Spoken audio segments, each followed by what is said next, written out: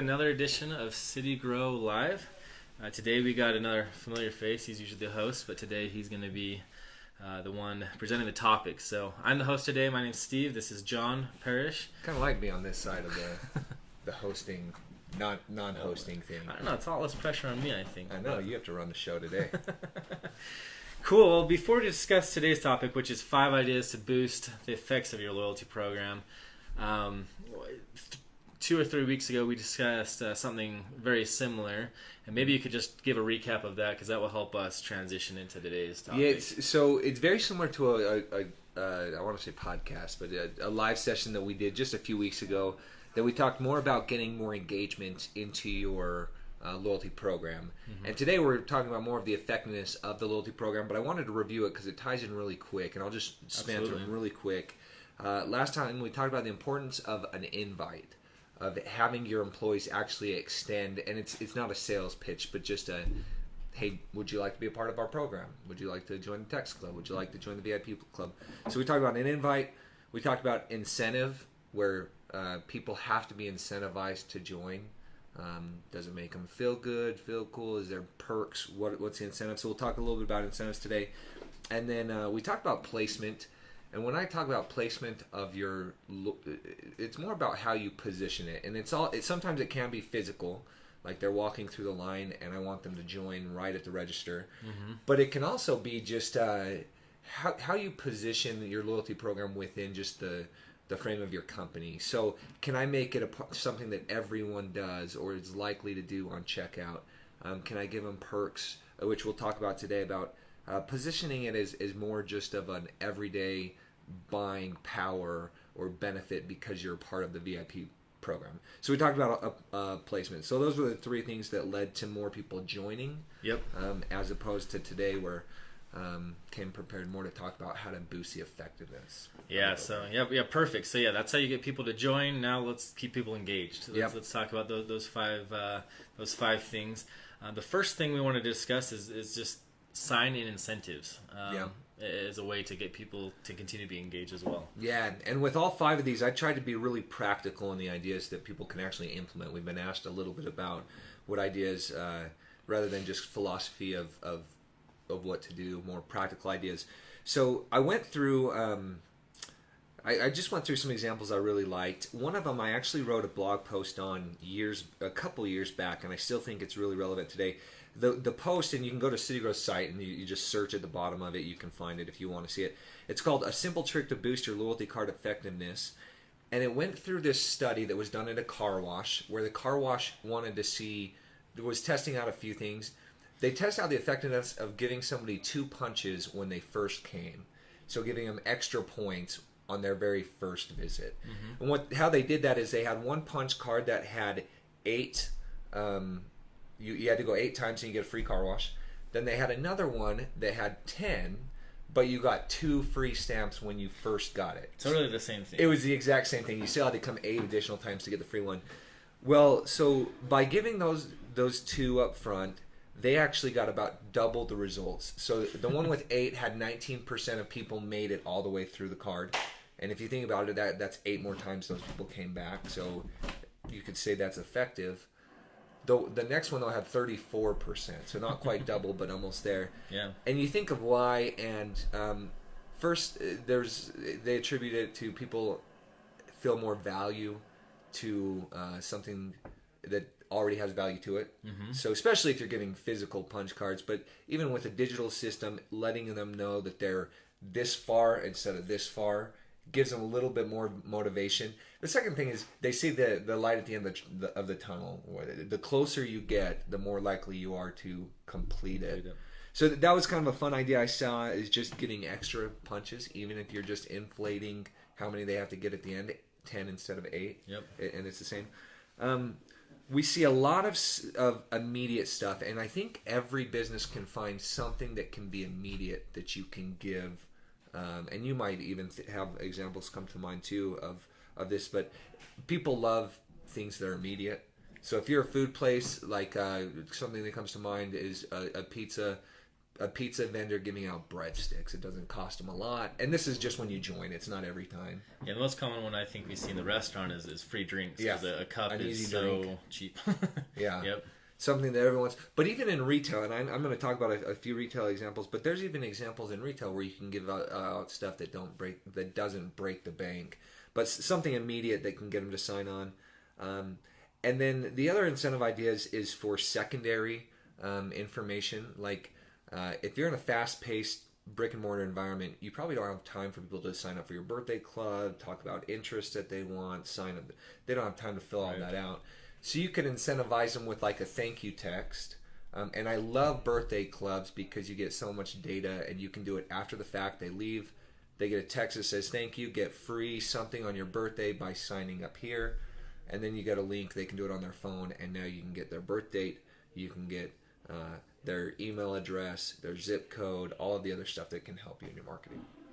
Perfect. Yeah, those are great. Now, we talked a little bit about points in that one, but that's just to incentivize people to join. How could you use points? I think number 2 you have using points to get incentivized customers. So on the tail end after they've joined. Yeah, so points now become, whether you call it points or however some people call it different things. Punches, yeah. Those now become somewhat of a currency for your business that you can offer as rewards. And when you do the math on it, let's say a simple buy one, get one, or buy 10, get one free is a 10% discount, right? If they make it all the way through, they got their 10th one for free. It's a 10% discount. So every point that they're collecting is really a pretty small impact versus like sending out a half off. Right. It's just a percentage of a percent. So so the point I was making with this with number 2 here is that you can now utilize those points in a lot of different ways. You could say double point Tuesdays, where people come in on maybe a slower day, whatever day of the week that tends to be, and get double points. And so you try to boost traffic on those.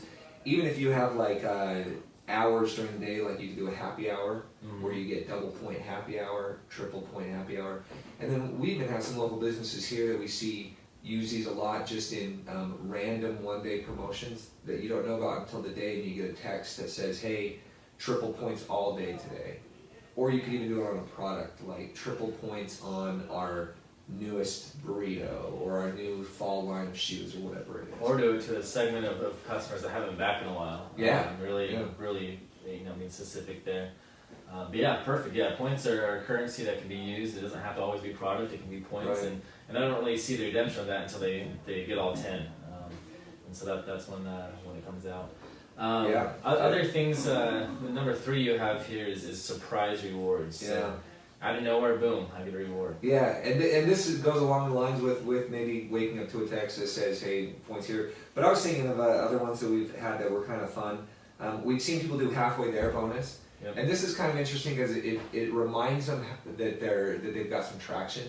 So again, in a very simple scenario, buy 10, get one free, you could set up an automated surprise at 5 where either when they come in or after they leave on their 5th visit, it says, congratulations, you're halfway to your reward. Let's give you half off a drink next time you come in. Yeah. Or tie that in somehow. I really kind of like that. This is one we talked about in several of the episodes, but half birthday offers. If you've incentivized them to join the birthday club, you now know when their full birthday is, or their real birthday. I don't know if full birthday is today, but when their birthday is. So send a text either 6 months before or 6 months after that to automate it that just says happy half birthday, and then give a group rate or whatever for people to celebrate half birthdays. Those have been really fun. And then yeah, just things that you can think about just on the whim where you can utilize those points and just kind of surprise elements to reward them for coming in. Yeah, usually we see our businesses once a month wanting to get something out there to their customers, just to top of mind awareness, bring them to the front. But one thing you can do is surprise rewards, and a lot of times the customers don't even know it's a surprise, but even though it's automated, but you might say, if a customer hasn't been back in 60 days, send this text with this reward. As long as you don't word it as, we haven't seen you in a while, come in and get this. If you word it like, hey, congratulations, just come on in and get this, then it comes across as a surprise, but really the software in the background is tracking it. You haven't been back this many times. But they have no idea from their side. Yep. Perfect. So number 4, you have listed here as VIP benefits. So probably breaking down those VIP members and getting them in. Yeah. Explain that. So I actually came up with a handful of ideas that I've seen recently on VIP benefits. The idea is to help your base of loyal customers feel like they're part of your company or part of your brand because they're in that VIP club. And let me give you some examples, because some companies that we see every day do really, really good at this. It's back to school time for us, and so I was out with my boys shopping, doing some back to school stuff. And we went into a store to get shoes.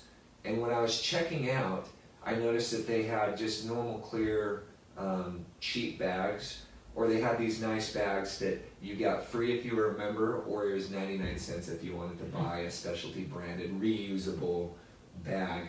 And it was one perk that in a retail environment I thought, hey, what a neat idea. I don't know how many cents it cost them to make that bag.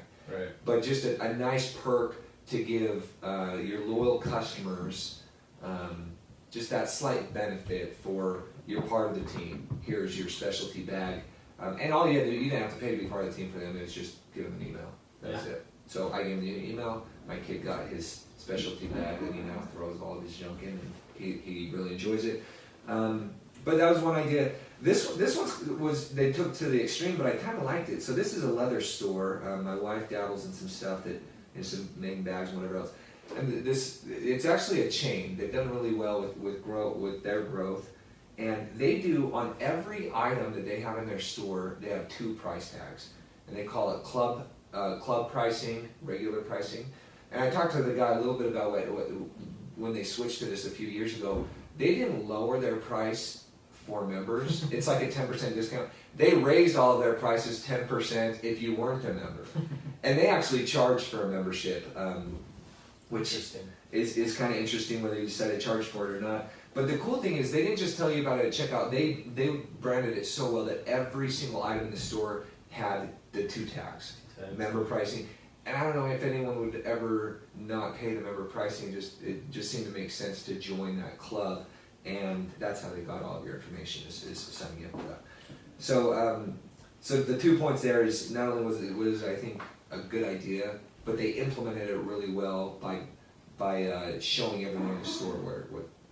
So not only do you have your loyalty program, you have that VIP section of people that go, want to invest a little bit more into you, and they get rewarded for doing so. Yeah. We have a lot of clients I work with City Grow.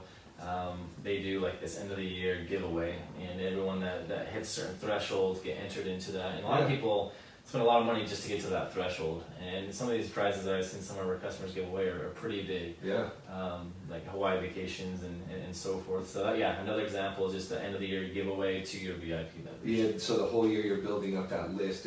But you got to think about your VIP members as influencers. With influencer marketing being so big now, I mean, now you can have thousands of people that you're really trying to bring in new customers by that. Right. So with those giveaways, it spreads the word and they get more people in. Along those lines, kind of, airline lounges, I came to mind with just benefits. Is kind of thinking is you go there, and because you're part of the loyalty program, which you probably joined to get Sky Miles or whatever extra points you wanted, but there's also perks like the lounge, that if you're part of that club, you get free access to the lounge. Yep.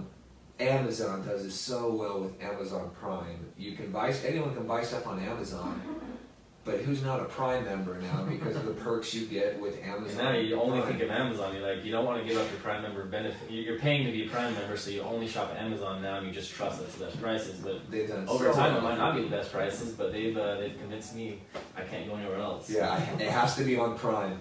Yep. So and so that one actually brings me to the last one, which I have down here is customer appreciation. Is we've all seen Prime Day. It seems like it comes up a lot. They might do it multiple times a year, and this kind of goes with your one day a year giveaway, where you just have a customer appreciation day, and you really promote this through your base of loyalty. And we've seen a few I've seen a couple good examples. Prime Day is one of them. I think it's a great day where they give or great use of their loyalty program to discount that. Chick-fil-A does some fun stuff where you see, every one day a year you see these people dressed up and painted as cows all over the place because you get certain perks for doing that. Yep. And this is on a big scale. But that's how I learned about that they had a breakfast menu. I had no idea until I got that. And then if you can tie it in with other days of the year, like every, July 11th is 7-Eleven. Yep. They have that celebration there. Brandon. And there's so many, like in today's world, there is a day for everything. There's Pie Day, and there's Donut Day, and there's all kinds of days. So find something that you can tie in, do a customer appreciation. It come out of the marketing budget to go a little bit above and beyond. We have customers that do luau's to kick off the summer because they change. They're really big in the summer. Mm-hmm. Just a lot of different ways, and really utilize your base of reward members to promote that. And you don't have to be one of these big businesses like a Chick-fil-A or 7-Eleven. I've talked with customers that they might just do picture frames, and they actually have customer appreciation days once a month or once a quarter, and they invite all their VIP members and tell them to bring a guest, and there's nice stuff there, and they feel appreciated. So it doesn't matter what level you are. You can be a small business, you can be as big as a Chick-fil-A. Make your customers feel appreciative, and they'll remember you, and they'll refer their friends as well. So. Yep. So it's a great overview. Again, today we discussed 5 ideas that boost your effectiveness in a loyalty program. We talked about sign-up offers. We talked about using the currency of your points to bring customers back, surprise rewards, VIP benefits, and then customer appreciation days and so forth. So great overview. Thanks for preparing all this. You bet. I think this is very helpful, and we will see you guys next time on City Grow Live. Awesome. Thanks. Thanks for watching. We appreciate you being here with us. Don't forget to check out our other videos and like and subscribe to our Facebook channel so that you can see what we're up to. We'd love to get more information out there to you. Also, we've got podcasts available on iTunes, so check them out. We hope to see you there.